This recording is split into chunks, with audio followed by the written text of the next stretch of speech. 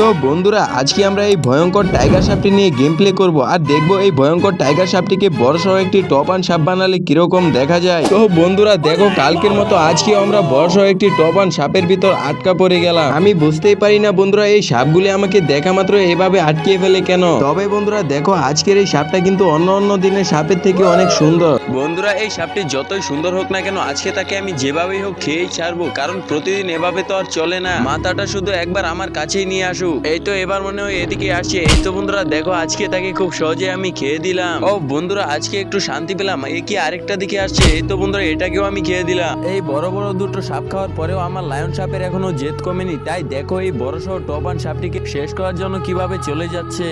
এই তো বন্ধুরা এটাকেও শেষ করে দিল। এইটাকে খাওয়ার পরেও নাকি বন্ধুরা এর মন বয়নি। তাই দেখো এই ভয়ঙ্কর ডাইনোসর সাপটিকে খেতে চলে যাচ্ছে আমার এই সাপটি। যাই হোক বন্ধুরা দেখি এই ভয়ঙ্কর ডাইনোসর সাপটিকে খেয়ে 4টি কিল